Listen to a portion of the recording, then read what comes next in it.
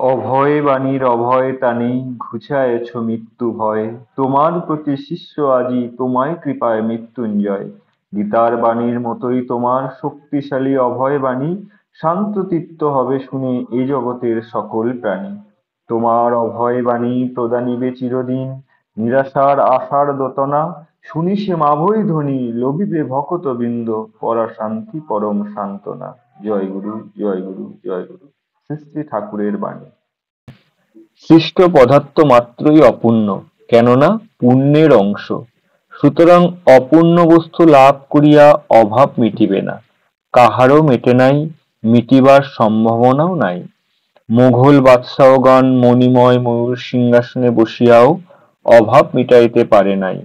বিষ্ণুত্ব শিবত্ব সৃষ্ট, সুতরাং তাহাও লাভ করিলেও পূর্ণ শান্তির অধিকারী হওয়া যায় না। শ্রী শ্রী ঠাকুর।